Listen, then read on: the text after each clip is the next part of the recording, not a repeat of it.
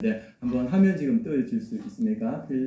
통독하셨던 분들, 한번 등수 받는 분들만 하면 안 될 것 같아요. 그래서 우리 여기 김지순 우리 사모님부터 최남주 우리 집사님까지 한번 일어서 주시겠습니까? 우리 통독하셨던 분 한번 일어서 주십시오. 우리 경례의 박수. 수고 많으셨습니다. 그리고 필사하셨던 분들 우리 전선배 집사님, 최현숙 집사님, 박고병 집사님, 서선아 집사님, 이덕진 집사님, 이상미 집사님, 이신 장로님, 윤대원 장로님 한 번 더 일어서 주시기 바랍니다. 필사하셨던 분들도 수고 많으셨습니다. 박대하 집사님은 또 이렇게 아까 받으셨고, 그래서 이게 쉽지 않거든요. 이렇게 필사하신다는 게 쉽지 않은데, 하반기 때 이렇게 필사 신고협 다 하신 분도 있고 신약하신 분도 있는데 수고 많으셨습니다. 통독하기도 저도 해보니까 쉽지 않더라고요. 시간 내셔서 하신 분들 수고 많으셨습니다. 또 1월 달부터 우리가 함께 열심히 이렇게 말씀을 붙들면 좋겠습니다.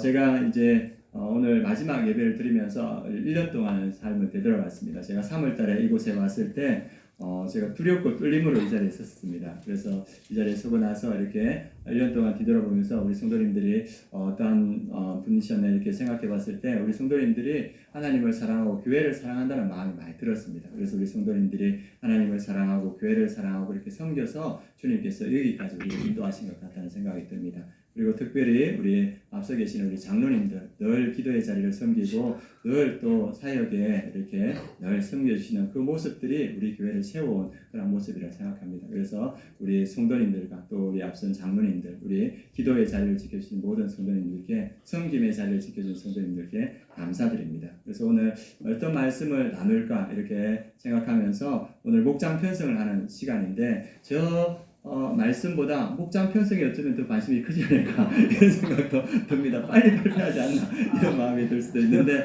발표하기 전에 고난을 넘어가야 됩니다. 그래서 말씀을 넘어서 말씀의 은혜 받고 우리 발표하는 시간 가졌으면 좋겠습니다. 오늘 제가 말씀을 준비하면서 우리 1년 동안 지나왔던 말씀 중에서 정말 이 시기에 꼭 필요한 말씀, 그 말씀을 같이 한 번 더 나누고자 합니다.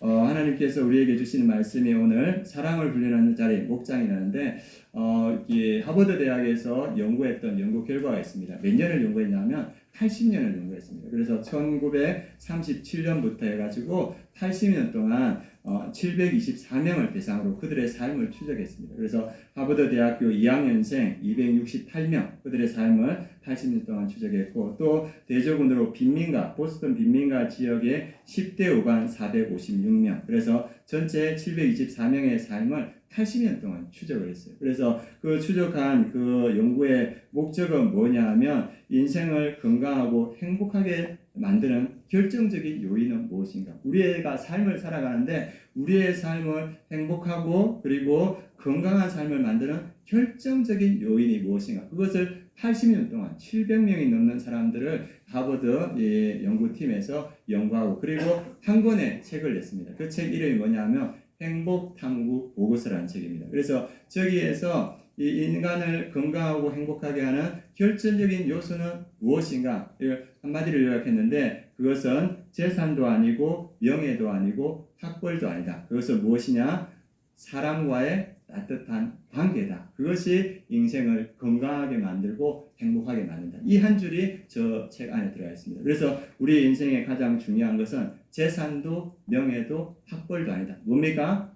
관계, 따뜻한 관계가 우리 인생을 건강하게 만들고 행복하게 만든다. 그것이 저 80년 연구의 결과입니다. 그런데 예수님은 2000년 전에 저것을 말씀해 주셨습니다. 오늘 말씀에 성경에서 가장 중요한 것, 가장 큰 계명이 무엇입니까 했을 때 예수님은 딱 두 가지로 요약합니다. 하나님을 사랑하라, 이웃을 사랑하라. 핵심이 뭡니까? 관계가 중요하다. 그래서 하나님과의 관계가 중요하고 이웃과의 관계가 중요하다. 그것이 인생에서 말씀에서 가장 중요한 것이다. 그것을 말해주고 있습니다. 그래서 오늘 성경에서 말하는 하나님 사랑, 이웃 사랑을 우리가 어떻게 실천할 수 있는가? 우리 삶의 가장 키포인트가 되는 그 관계를 어떻게 아름답게 유지할 수 있는가? 그것을 함께 보고자 합니다. 그래서 예수님께서 첫 번째 말씀하신 것, 우리 삶에서 가장 중요한 것은 하나님 사랑이다. 이 하나님 사랑 가운데 하나님께서 우리에게 은혜와 사랑을 충만케 하시고 행복한 삶을 이끌어 가십니다. 그래서 그 말씀 우리 먼저 한번 보도록 하겠습니다. 우리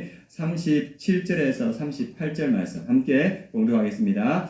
예수께서 이르시되 내 마음을 다하고 목숨을 다하고 뜻을 다하여 주 너의 하나님을 사랑하라 하셨으니 이것이 크고 첫째 되는 계명이요. 이 성경의 모든 말씀 중에서 가장 첫째 되는 계명은 마음과 뜻과 목숨을 다하여 하나님을 사랑하라. 그런데 이 하나님을 사랑하는 것을 우리 삶에서 어떻게 이루어갈 수 있는가? 첫 번째 뭐냐 하면 하나님께서 우리를 사랑하신다는 것을 먼저 알아야 됩니다. 하나님께서 우리에게 그 사랑을 요구하시는 것은 하나님께서 우리를 먼저 사랑하시기 때문입니다. 그런데 우리가 살아가면서 인생이 힘들고 어려우면 하나님 저 사랑하는 거 맞습니까? 하나님이 저 이렇게 사랑하신다는데 내 삶은 왜 이렇습니까? 이렇게 질문할 때 있습니다. 말라기 그 백성들도 말라기 선지자가 말하는 것도 마찬가지입니다. 바벨론에서 돌아왔습니다. 그 힘든 거리를 돌아와서 이제 그곳에서 새로운 세상이 열릴 줄 알았는데 여전히 궁핍하고 정치적으로 여전히 어렵고 힘든 상황 가운데 이 말라기 이 시대를 살아가는 그 백성들에게 하나님께서 뭘 하냐면 내가 너희를 사랑한다 이렇게 말하는데 이 백성들은 뭐냐면 하나님이 우리를 어떻게 사랑했습니까? 이거 하나님이 우리를 사랑한 것이 맞습니까? 이렇게 질문합니다. 그 말씀이 말라기서 1장 2절입니다. 함께 봉독하겠습니다. 여호와께서 이르시되 내가 너희를 사랑하였노라 하나 너희는 이르기를 주께서 어떻게 우리를 사랑하셨나이까 하는도다. 하나님께서 고난과 핍박 가운데 있는 궁핍 가운데 있는 이스라엘 백성들에게 내가 너희를 사랑하였노라 이렇게 말하니까 그 고난과 궁핍과 어려움 가운데 있는 백성들이 뭐냐면 주께서 어떻게 우리를 사랑하셨나이까? 주님이 사랑하시면 내가 이 처지, 이 상황 가운데 있는 겁니까? 주님의 사랑 믿지 못하겠습니다. 그래서 이스라엘 백성들이 하나님께 대항합니다. 댓거리를 하는 거죠. 그런데 하나님께서 400년의 침묵 기간을 지나시고 400년 후에 하나님께서 말씀을 주십니다. 그것이 요한복음 3장 16절입니다. 우리 그 말씀도 함께 읽겠습니다. 하나님이 세상을 이처럼 사랑하사 독생자를 주셨으니 이는 그를 믿는 자마다 멸망하지 않고 영생을 얻게 하려 하심이라. 어떻게 우리를 사랑하셨습니까? 그런데 하나님의 답이 뭐냐면 이처럼 너희를 사랑했다. 그 이처럼은 뭡니까? 하나님의 하나밖에 없는 독생자를 십자가에 내어주어서 그를 믿는 자마다 멸망하지 않고 영생을 얻게 하려는 이 같은 사랑으로 너희를 사랑했다 이렇게 말합니다. 하나님이 우리를 사랑하시는 줄 믿습니다. 네, 하나님께서 우리를 사랑하시기에 하나님께서 우리도 하나님을 사랑하길 원합니다. 어떻게 사랑하시는가? 하나님 오늘 말씀대로 하나님께서 오늘 말씀대로 마음을 다하고 목숨을 다하고 뜻을 다하여 우리를 사랑하셨습니다. 그래서 그 전적인 하나님의 하나밖에 없는 아들을 우리에게 내주셨습니다. 그래서 우리에게 마음과 뜻과 목숨을 다하여 사랑하시는 그 하나님께서 우리에게 요구하시는 것이 뭡니까? 너도 내 마음을 다하고 목숨을 다하고 뜻을 다하여 나를 사랑했으면 좋겠다. 먼저 사랑하신 하나님께서 우리에게 그 사랑을 요구하시는 겁니다. 그래서 우리가 기억해야 되는 건 뭐냐 하면 하나님이 우리를 사랑하신다. 이스라엘 백성을 사랑하셨고 여전히 지금도 우리를 사랑하신다. 어떠한 사랑으로 사랑하십니까? 마음을 다하고 목숨을 다하고 뜻을 다하여 하나님께서 우리를 먼저 사랑하셨다. 성경은 이렇게 말하고 있습니다. 그리고 이 사랑을 알고 또 우리가 하나님을 사랑하는 방법을 실천하는 방법은 뭐냐 하면 하나님의 말씀을 듣고 지키는 것. 하나님을 사랑하는 것은 하나님의 말씀을 듣고 지키려는 것이 성경의 곳곳에 이렇게 쓰여 있습니다. 특별히 오늘 두 구절만 함께 보도록 하겠습니다. 요한일서 4장과 요한복음 14장. 하나님을 사랑하는 방법 같이 한번 보도록 하겠습니다. 같이 읽겠습니다. 하나님을 사랑하는 것은 이것이니 우리가 그의 계명들을 지키는 것이라. 그의 계명들은 무거운 것이 아니로다. 하나님을 사랑하는 걸 한 줄로 이렇게 요약했습니다. 하나님을 사랑하는 것은 이것이니 우리가 그의 계명들을 지키는 것이다. 하나님의 말씀을 붙들고 그것을 지키는 것이 하나님을 사랑하시다. 하나님의 계명은 무거운 것이 아니다. 말씀은 무거운 것이 아니다 말합니다. 요한복음 14장에도 독일한 말씀을 합니다. 같이 읽겠습니다. 나의 계명을 지키는 자라야 나를 사랑하는 자니 나를 사랑하는 자는 내 아버지께 사랑을 받을 것이요 나도 그를 사랑하여 그에게 나를 나타내리라. 동일한 말씀입니다. 하나님의 말씀을 지키는 자라야 예수님을 사랑하고 주님을 사랑하는 자고 예수님을 사랑하는 자는 하나님께서도 그를 사랑하여 그를 사랑받는 자가 되게 하시고 그에게 나타난다 합니다. 그래서 하나님을 사랑하는 것 오늘 한 줄을 말합니다. 계명을 듣고 지키는 자가 하나님을 사랑하는 것이다. 이렇게 말하셨습니다. 그리고 이 말씀이 얼마나 따뜻한가 이런 마음이 드는데 하나님께서 뭐라냐면 내 계명은 어려운 것이 아니다. 그리고 나를 사랑하는 것은 어려운 것이 아니다. 내 말씀을 붙들고 지키면 그것이 나를 사랑하는 것이고 나도 그를 사랑하겠다 이렇게 말합니다. 그리고 예수님도 복이란 말씀하셨습니다. 우리는 복을 원하는 사람들인데 예수님께서 말씀하신 복도 말씀과 관련된 복입니다. 그 말씀이 누가복음 11장 28절입니다. 같이 한번 보겠습니다.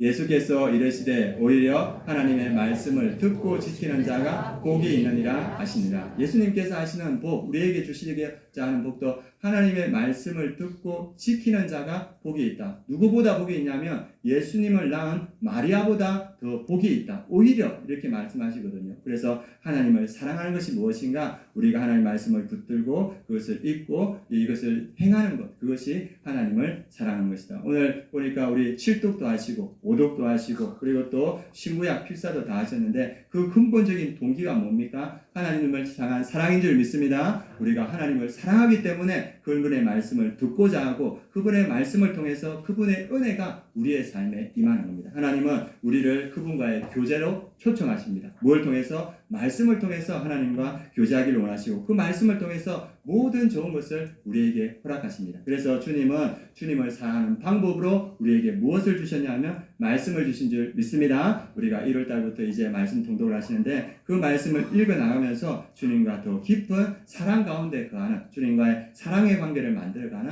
우리 성도님들 되었으면 좋겠습니다. 그래서 첫 번째 우리 삶에서 가장 중요한 것은 하나님을 사랑하는 것이다. 두 번째 우리 예수님께서 우리에게 주신 두 번째 중요한 계명은 39절에서 40절 말씀입니다. 오늘 말씀 같이 한번 보도록 하겠습니다. 39절 40절 둘째도 그와 같으니 내 이웃을 내 자신같이 사랑하라 하셨으니 이 두 계명이 온 율법과 선지자의 강령이니라. 40절에 보면 좀 어려운 말이 나옵니다. 강령이다. 이 말은 뭐냐 하면 이 하나님 사랑과 율법 사랑으로 인해서 율법과 선지자의 모든 것들이 매달려 있다. 그러니까 성경에서 가장 중심적인 기둥과 축이 뭐냐 하면 하나님 사랑 그리고 이웃 사랑이라는 겁니다. 그리고 하나님과 이웃 사랑 가운데 모든 것이 출발한다는 겁니다. 그래서 우리의 삶에서 가장 중요한 것이 하나님 사랑, 이웃 사랑인데 그 이웃 사랑을 어떻게 실천할 수 있는가? 우리가 알다시피 하나님의 사랑이 우리 안에 부어질 때 그 사랑으로 우리가 이웃을 사랑할 수 있습니다. 그것이 요한일서 4장 19, 20절입니다.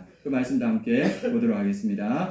우리가 사랑하면 그가 먼저 우리를 사랑하셨습니다. 누구든지 하나님을 사랑하노라 하고 그 형제를 미워하며 이는 거짓말하는 자니 보는 바 그 형제를 사랑하지 아니하는 자는 보지 못하는 바 하나님을 사랑할 수 없느니라. 여기서 형제를 사랑하는 것을 말하는데 먼저 뭘 말하냐면 먼저 하나님께서 우리를 사랑하셨다. 그리고 그 사랑으로 우리가 형제를 사랑하는데 형제를 사랑하지 않는 것은 하나님을 사랑하지 않는 것이다. 이렇게 말하고 있습니다. 그러면 우리가 이웃을 지체를 사랑하는 것이 우리 삶 속에서 어떻게 구체적으로 나타날 수 있는가? 그것을 오늘 말씀을 한번 살펴볼 텐데 사도행전에 그것이 잘 나타납니다. 사도행전에 사도 베드로가 성령 충만하여서 나아가서 이렇게 복음을 전할 때 3,000명이 회심했습니다. 하나님과의 관계가 회복된 거죠. 사랑의 관계가 됐습니다. 그들이 이제 예루살렘 교회를 이루어서 공동체를 이루어서 나아가는데 그 모습 속에서 사랑이 어떻게 실천되는가 우리가 볼 수 있습니다. 우리 41절에서 47절 말씀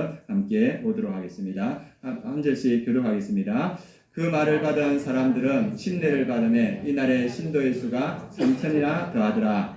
그들이 사도의 가르침을 받아 서로 교제하고 떡을 떼며 오로지 기도하기를 힘쓰니라.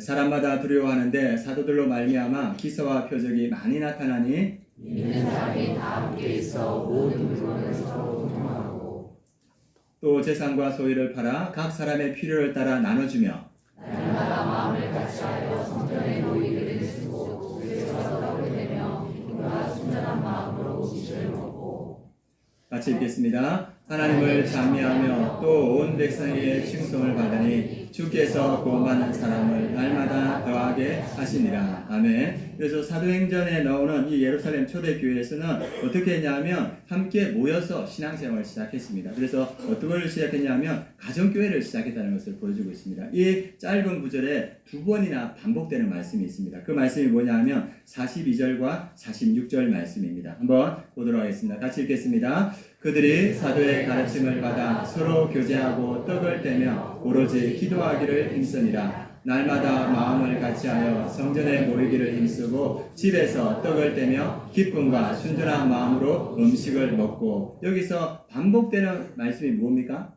떡을 떼며. 떡을 떼며.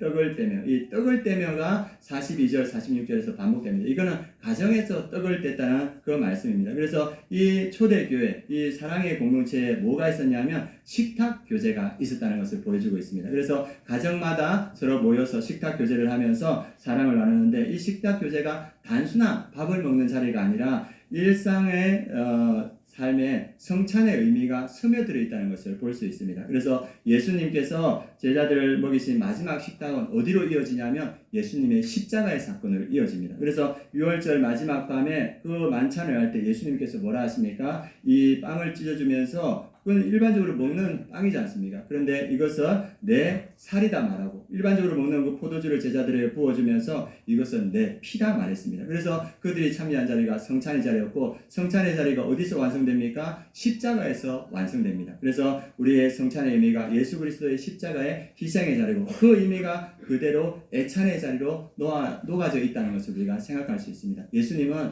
이 땅에 오셔서 제자들을 훈련시키고 그들을 성숙시켰는데 어떠한 방법을 했냐면 예수님은 제자들을 먹이셨습니다. 여러분들 잘 알다시피 그 오병이어의 기적이 있기 전에 그 많은 사람들이 줄였습니다. 배고픈데 예수님께서 기진하여 목자 없는 양같이 유리함이라 이렇게 보면서 그 5,000명에게 오병이어로 먹였습니다. 그 먹을 때 12명의 제자, 그 제자들도 그것을 같이 먹었습니다. 그래서 배부를 때 예수님께서 그 제자들에게 뭐라 하냐면 나는 하늘에서 내려온 생명의 떡이다 이렇게 말씀하시면서 배부른 제자들에게 그 생명의 말씀을 가르칩니다. 그런데 이어서 계속적으로 예수님께서 제자들을 먹이시는데 6월절 마지막 밤에도 예수님은 제자들을 먹이십니다. 그리고 먹이셔서 그들이 배부를 때 그들에게 뭐라 합니까?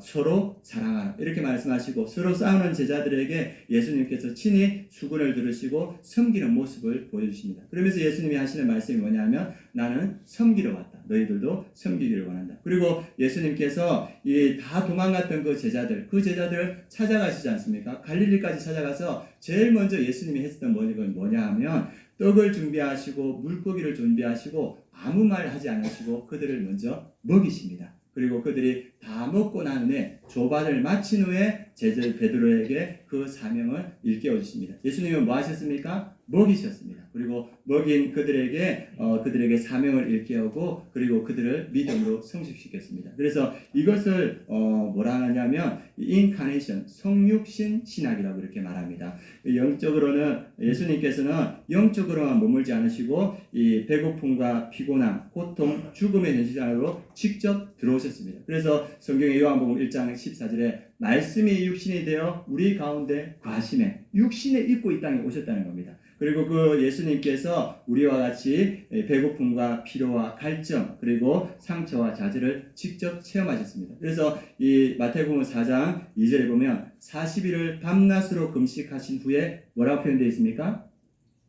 줄이신지라. 예수님께서 줄이셨다. 그리고 예수님은 우리와 같이 배고픔을 아시는 분이십니다. 그래서 이 제자들에게 밥을 먹이신 것은 이 예수님께서 실제로 육신을 입고 우리의 삶 속으로 들어오셨다. 그래서 성육식 신앙의 실제적인 모습이 제자들을 먹이신 모습을 통해서 나타난다고 볼 수 있습니다. 그래서 예수님이 제자들을 먹이신 것은 예수님의 사랑의 표현이었다. 그래서 예수님께서 그 말씀할 때 예수님께서 제자들을 끝까지 사랑하셨다. 이렇게 표현하지 않습니까? 그 말씀을 요한의 복음에 보면 예수님께서 끝까지 제자들의 한 건 뭐냐면 그들을 찾아가서 그들에게 조반을 먹이신 그 사건입니다. 그래서 예수님은 어떻게 하셨다? 끝까지 먹이셨다. 그리고 그들을 통하여서 그걸 통해서 예수님의 사랑이 그들에게 전해졌습니다. 예루살렘 교회도 마찬가지입니다. 처음 신앙을 가졌던 사람, 아직 신앙이 없던 사람들을 그 사람들을 모아서 어떻게 했습니까? 가정에서 떡을 뗐다. 그리고 그 떡을 떼는 가운데 기쁨과 은혜가 충만하고 하나님을 찬미하면서 믿는 자들이 더하여졌다. 그것이 이 초대교회의 모습이었습니다. 무엇을 통해서? 가정에서 떡을 떼는 모습을 통해서 그것이 나타났다 이렇게 말합니다. 그래서 신약교회가 가정에서 떡을 뗐기 때문에 예수님께서 제자들에게 떡을 뗐기 때문에 우리 교회도 가정에서 떡을 떼는 교회인 줄 믿습니다. 그들의 모습을 통해서 이 가정에서 떡을 떼는 그 모습을 통해서 주님의 사랑이 그들에게 전해지는 거예요. 육체가 회복되고 마음이 열리고 영이 열리는 그 가운데 믿음이 세워지는 것을 봅니다. 내가 이제 목자들하고 이렇게 만나서 여러 가지 이야기할 때 우리에게 오신 목자분이 자기가 어떻게 우리 교회에 왔는가 이야기를 해주시더라고. 그분이 초신자였는데 처음에 이제 목장으로 초청됐다고 합니다. 목장으로 초청됐는데 목장 생활하면서 처음 목장에 왔는데 52주를 한 주도 빠뜨리지 않았대요. 초신자인데 여러분 생각 52주를 목장에서 빠지지 않고 참석해요. 목자입니까? 아닌데 그죠? 예, 그런데 그래서 제가 물어봤어요. 아니 어떻게 초신자인데 52주를 빠지지 않았습니까? 하니까 그게 가니까 밥이 있었습니다. 예, 그렇게 하는 거예요. 그래가지고 이 초신자가 그 목장에서 차려주는 그 따뜻한 밥을 52주 동안 먹은 거예요. 그러면서 마음이 열리고 그리고 그들의 그 영이 열리면서 그 안에 믿음이 들어간 거예요. 그게 그냥 밥인 것 같지만 예수 그리스도의 사랑인 줄 믿습니다. 예수 그리스도의 피와 살과 같은 그 성찬의 의미가 그 애찬에 그대로 녹아져 있는 겁니다. 그래서 그 애찬을 통해서 자기가 믿음을 가지게 되었다. 그래서 그분이 늘 주장하는 게 나도 밥하고 있습니다. 이렇게 말씀하시는 거예요. 그게 사랑의 전달의 통로이기 때문입니다. 그래서 이 신약교회 가운데서도 가정에서 모여서 이 애찬을 가운데 기쁨과 은혜가 넘쳤다. 그래서 우리 교회도 그렇게 가정교회를 이루어가고 그 애찬을 해가고 있습니다. 그래서 제가 보니까 목자 목녀들이 정말 수고가 많으세요. 그 목자 목녀들이 준비하시고 이렇게 가정을 오픈하시고 하시는데 그래서 그걸 통해서 영혼들이 세워지는 겁니다. 그래서 제가 바라기를 이 지금 새롭게 목장이 편성되지 않습니까? 그래서 목자, 목녀뿐만 아니라 우리 목원들이 같이 동역했으면 좋겠습니다. 가정을 오픈하고 같이 식사를 준비하고 그 가운데 연약한 자들이 믿음으로 세워지고 그 가운데 믿음 없는 자들이 믿음으로 세워지는 역사가 있을 줄 믿습니다. 그래서 앞으로 이제 내년에 세워지는 그 목장에서 예수님처럼 초대교회처럼 그 가운데 가정을 오픈하고 애찬을 통하여서 하나님의 역사가 나타나는 우리 교회들이 되었으면 좋겠습니다. 그래서 이 은혜가 충만한 그런 목장 되길 축원합니다. 예, 그리고 오늘 말씀에서 오늘 주의하는 건 두 가지입니다. 우리 인생에서 가장 중요한 것이 무엇인가? 하나님 사랑, 이웃 사랑이다. 저도 이렇게 뒤를 돌아볼 때 내 목회의 기준이 무엇이 되어야 되는가? 제 목회의 기준이 하나님 사랑, 이웃 사랑이라고 생각합니다. 그래서 하나님께서 저에게 묻는 것은 너는 나를 사랑하느냐? 그것을 저한테 물을 거고 주님께서 또 저에게 묻는 건 뭐냐면 내가 너에게 맡겨주신 양들을 사랑하느냐? 주님께서 그걸 묻는다고 생각합니다. 그래서 저의 목회가 다른 것이 기준이 되는 것이 아니고 저희가 목회할 때 우리 성도님들의 슬픔이 나의 슬픔이 되고 우리 성도님들의 기쁨이 나의 기쁨이 될 때 그것이 목회의 성공이라고 생각합니다. 성장과 부흥은 부수적인 겁니다. 그래서 제가 이 자리에 서 있을 때 정말 저에게 중요한 것은 제가 하나님을 더 사랑하는 목회자로 세워지는 것 그리고 우리 성도님들을 더 사랑하는 목회자로 세워지는 것 이것이 제 삶의 가장 중요한 거라고 생각합니다. 마찬가지입니다. 우리 성도님들에게도 가장 중요한 것은 무엇인가? 하나님을 사랑하는 것인 줄 믿습니다. 어떠한 모습이든 어떠한 직책을 가지든 우리 삶에서 가장 중요한 것은 내가 하나님을 더 사랑해 가고 있는가 이것이 제일 중요하고 또 하나 중요한 건 뭐냐 하면 주님께서 보내주신 지체들을 내가 사랑하고 있는가 이것이 우리 신앙의 기준이 되어야 될 줄 믿습니다. 그래서 우리 성도님들이 날이 갈수록 하나님을 더 사랑하고 지체들을 더 사랑하는 우리 성도님들 되시길 축원합니다. 그래서 오늘 이 모든 말씀을 축양해서 나온 말씀이 있습니다. 그 말씀이 뭐냐 하면 요한복음 13장 34절 35절입니다. 같이 읽겠습니다.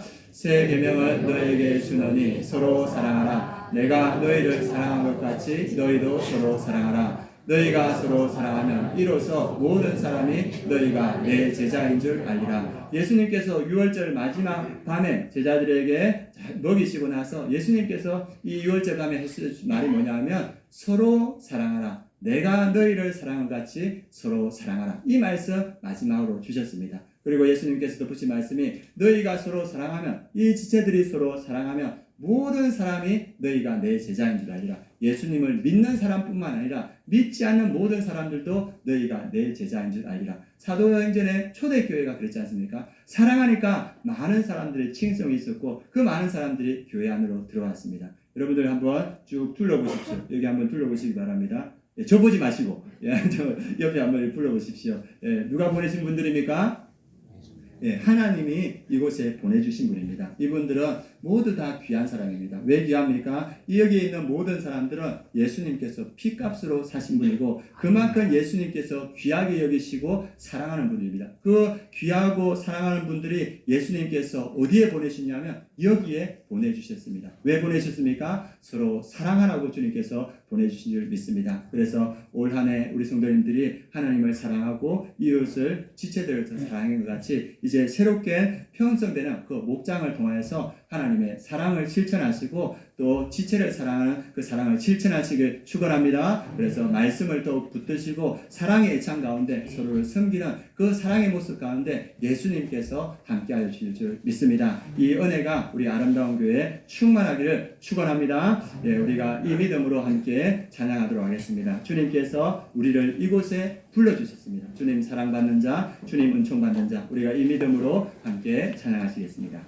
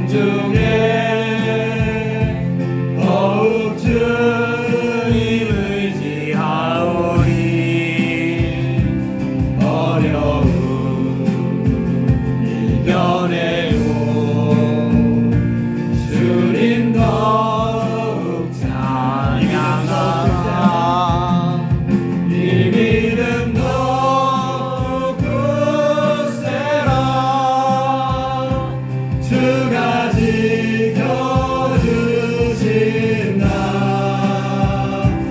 어두운 밤에도 주의 밝은 빛 인도하. 믿음을 따라서 이 믿음도 굳세라. 이 믿음도 굳세라. 주가 지켜주신다. 어두운 밤에도 주의 밝은 빛 인도하여 주신다.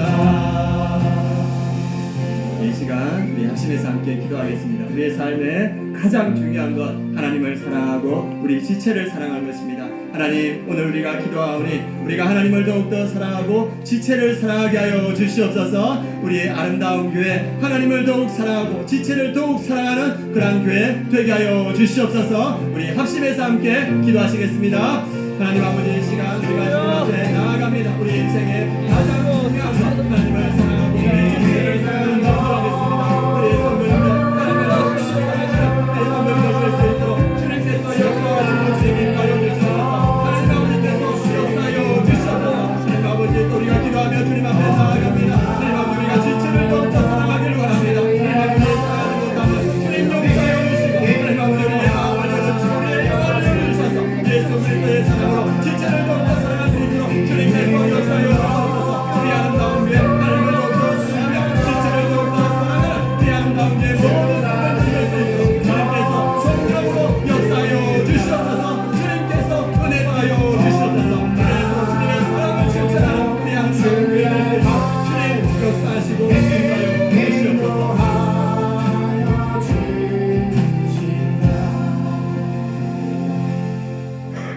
하나님 감사합니다. 우리가 연약하여 갈 바를 모를 때 주님께서 우리를 사랑하여 주셔서 우리를 구원하여 주신 줄 믿습니다. 주님, 우리가 그 사랑으로 충만케 하여 주시옵소서. 그래서 주님의 사랑으로 우리 지체를 사랑하는 우리 아름다운 모든 교회 성도님들 되게 하여 주시옵소서. 우리가 연약하여서 하나님 아버지 지체를 사랑하지 못할 때가 있음을 고백합니다. 우리의 연약함과 우리의 불순종을 용서하여 주시고 다시 우리가 주의 사랑을 붙잡고 지체들을 사랑할 수 있도록 은혜 더하여 주시옵소서. 그래서 우리 아름다운 교회가 사랑으로 하나 되는 그러한 교회 될 수 있도록 역사하여 주시옵소서. 우리 아름다운 교회 더욱더 주님을 사랑하는 교회 되길 원합니다. 주님, 우리를 붙들어 주셔서 우리 아름다운 교회 성도님들 날마다 더욱더 주님을 사랑하는 그러한 모든 성도님들 될 수 있도록 은혜 더하여 주시옵소서. 그렇게 역사할 줄 믿고 감사드리며 예수 그리스도의 이름으로 기도드립니다. 아멘.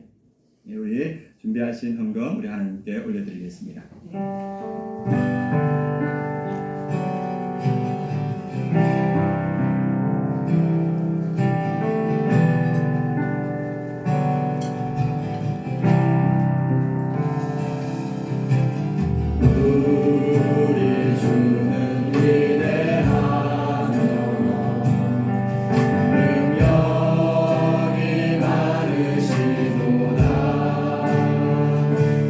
그의 지혜